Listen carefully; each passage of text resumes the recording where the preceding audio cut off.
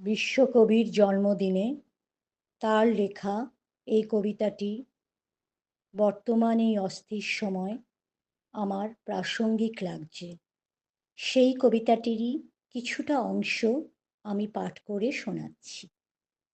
হিংসায় উন্মত্ত পৃথ্বী, নিত্য নিঠুর দ্বন্দ্ব, ঘোর কুটিল পন্থ তার, লোভ জটিল বন্ধ।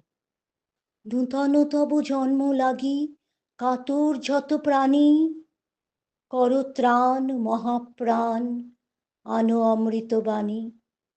বিকশিত করো প্রেম পদ্ম, চিরমধু নিঃস্বন্দ, শান্ত হে মুক্ত হে, হে অনন্ত পুণ্য।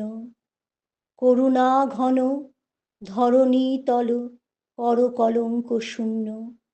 এসো দানবীর, দাও ত্যাগ কঠিন দীক্ষা, মহাভিক্ষু লও সবার অহংকার ভিক্ষা। নমস্কার।